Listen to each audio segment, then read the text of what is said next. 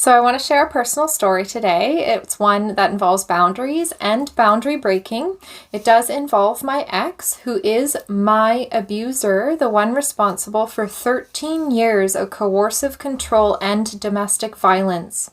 This is actually really serious. Coercive control, which often involves emotional, psychological, and financial abuse, always precedes physical violence, but they're both extremely dangerous in their own rights. Coercive control creates a relationship prison that slowly breaks down the mental and emotional health of the victim. I wish I'd known that this moment was a precursor and a sign to somebody who's capable of such a high degree of control and brainwashing. But I was young, I wasn't aware of the signs, and that's why I'm sharing it. It was a family vacation. We were on a ski vacation with both families, and this is the thing about coercive control. It often happens under other people's noses. We were playing Texas Hold'em poker, and I actually really like poker because I'm pretty good at it, and so good that I was still in the game and he had got out. Well, he wanted to play with me, sit beside me, and watch how I bid and how I bluff. I wasn't super into this idea, but I thought, I was like, okay, if we're going to be in a relationship, I can share how I play poker. So I gave a boundary. He can play with me if he doesn't give away to the other players what kind of hand that I have. He has to bluff with me. Well, I get dealt a hand, and sure enough, he made this overt, emotional, happy expression. True, I got dealt a good hand, but it really actually felt like a betrayal because I had just said the boundary. And so I mentioned that to him, and he just kind of brushed it off, saying that he was just happy for me. He just has big emotions, and he has his joy, and he wants to share it. We tried again, and sure enough, it happened again and again. And at this point, I snapped at him, and I told him that he can no longer play with me. This is just the moment an abuser is waiting for, an emotional reaction and misbehavior from a victim. Basically, I was the one who snapped and was being mean to him. This is called reactive abuse. The real abuse hasn't actually happened yet. Often wait for these moments where they can play the victim. So he sulked off and he read a book in the corner away from everybody else.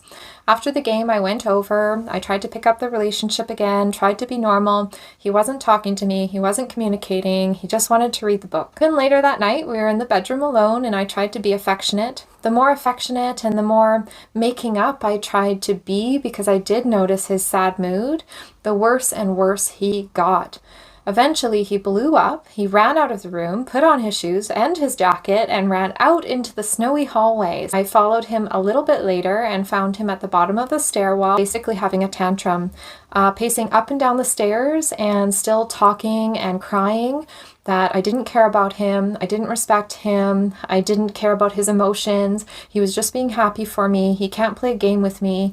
You know, I blew up at him. I was the bully. I was young and I'm not aware, so I didn't connect this back to the fact that I was trying to be an individual and I had stated a boundary. Of course, to make this event stop, because we were on a family vacation and it is embarrassing and I'm the one who's being bad, I had to apologize. I had to make sure it wasn't going to happen again. I had to give him everything that he wanted in that moment to make this stop. You think that by giving in to somebody, they're going to love you and these situations are going to stop and it was just one moment. It's not going to be just one moment. The emotional reactions to my boundaries and my individual identity in that relationship just got worse and worse and worse.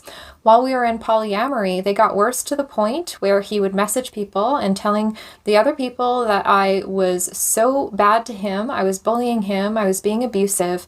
Now, my reactive abuse was getting worse and worse. I would self-harm, I would hit myself, I'd have panic attacks, I'd hyperventilate on the floor. So both of our reactions were getting worse. These people would come in and save him from me and also bully me. It's really important to share these stories to spread the awareness that I never had. Awareness saves lives and it saves years. I wish I had known this. It has cost me 13 years in the relationship and 4 years trying to heal and put my life together afterwards. It also almost cost me my life, even though he never hit me. Coercive control is extremely dangerous and again, always precedes physical violence. Find somebody who respects and protects your individual identity in a relationship. just as much as you. There are people out there who will cherish your boundaries and do their best to meet them. The best kind of love won't ask you to betray yourself to make the relationship happen. They won't punish you or explode for trying to have a boundary and just being an individual. There are people out there who are going to love and accept you for you while also being able to have a healthy, loving relationship between you two.